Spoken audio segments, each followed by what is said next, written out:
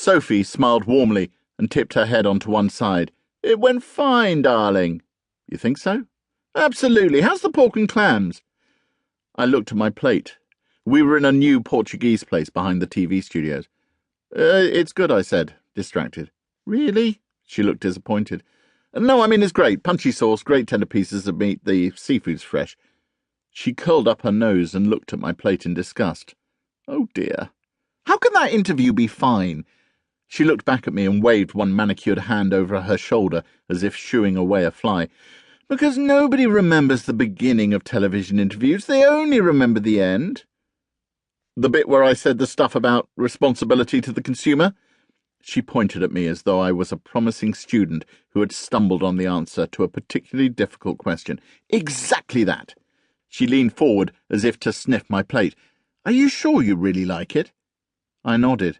"Really, yes, it's a good rustic dish, well executed, authentic, my kind of food." She tutted, and her glossed lips slipped into a delicate pout. "I was hoping you'd hate it." "Why?" "Well, in your column, when you like something, you get a bit, I don't know, serious," she said as she toyed with a herbaceous border of rocket salad in front of her. "Well, I take food seriously." "But you're so funny when you hate." She looked up at me, and I could swear she was suddenly salivating in a way that she had not done over her lunch. "You have a particular way of communicating disdain which is very special, very now." She spat the last word out as if pleased to be rid of it. "What was it you said a few weeks ago about that Italian-Chinese fusion place?" She was squinting into the middle distance as if trying to focus on the memory. She looked back at me triumphantly. "That the food would taste better coming back up than it did going down." She grinned. "It was something like that." "And the new fish restaurant in Margate, where all the waiters wear full waders and big yellow cagoules like they're deep-sea fishermen. Do they really dress like that?" "They really do." "What was it you said that time?" It was as if the entire staff was dressed for an exceptionally safe sex party," I said, quoting myself with a shy grin. "That's it, fabulous."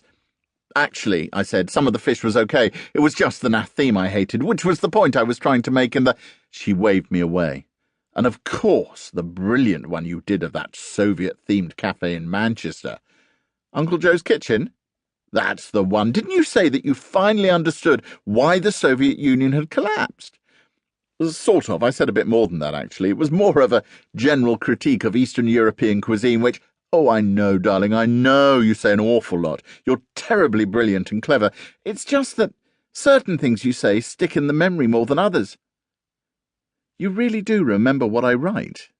"Of course, how could I not?" She leaned forward conspiratorially and whispered, "You do hate better than any other newspaper columnist in Britain."